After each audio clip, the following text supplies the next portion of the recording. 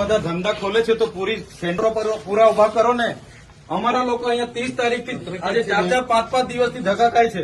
કેમ તમને ખબર નથી પડતી? પણ આપણે દરરોજ કરીએ છીએ। દરરોજ કરો। સરકારને તમે કહો ભાઈ અહીંયા કેન્દ્ર નથી ચાલતા, એ સરકારને વાત કરો।